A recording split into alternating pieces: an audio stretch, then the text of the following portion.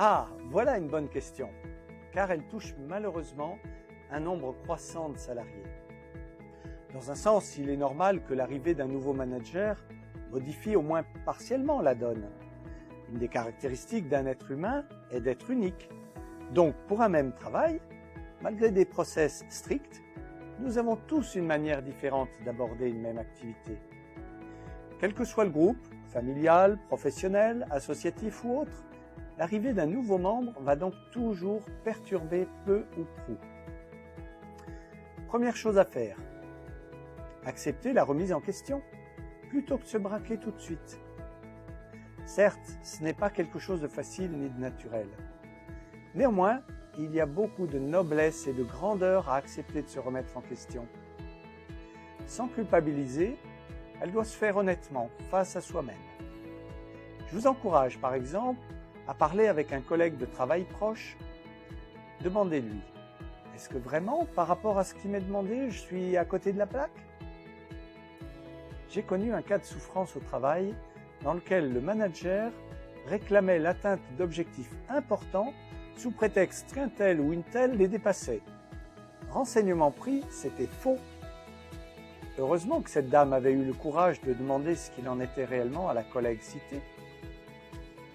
Ceci dit, lorsque des suppressions de postes sont évoquées dans une entreprise ou de nouveaux chefs de service sont mis en place, cela évoque instantanément pour moi un risque de harcèlement de gestion. C'est un mode de management qui permet à une entreprise de ne pas licencier, ce qui lui reviendrait très cher en indemnité. Elle va donc essayer de pousser progressivement ses salariés à la démission en les décourageant. Et paradoxalement, le harcèlement de gestion touche souvent ceux qui ont toujours donné satisfaction. C'est à cela qu'on va soudain demander de faire une formation qualifiante pour pouvoir simplement continuer à occuper le même poste. Parallèlement, on va leur reprocher tout un tas de petits détails de leur travail. Il est très important de connaître cet aspect des choses pour ne pas être détruit intérieurement.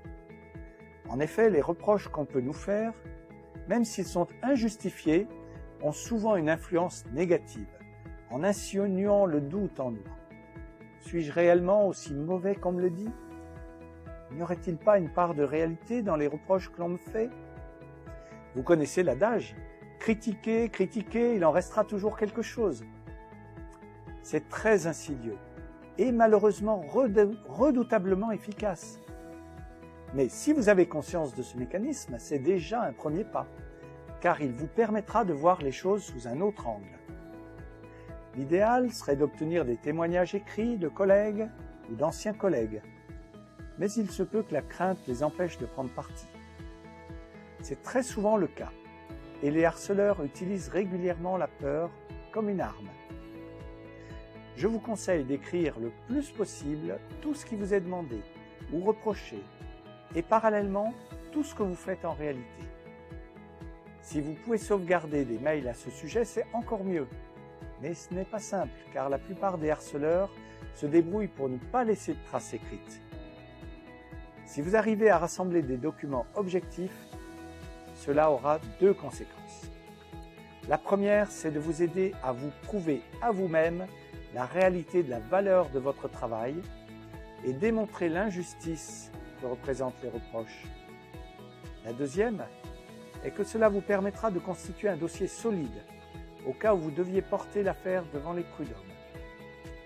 Mais je vous conseille également d'en parler à votre médecin du travail, qui pourra avoir une approche objective de la situation et pourra dans certains cas faire prendre conscience au harceleur des risques judiciaires qu'il prend en agissant de la sorte. Car la justice punit sévèrement ce genre de situation, jusqu'à 15 000 € d'amende et 1 an de prison en France par exemple. En somme, vous n'êtes pas si seul que cela, mais ça va vous demander du courage et de la détermination. De toute façon, qu'avez-vous à perdre ?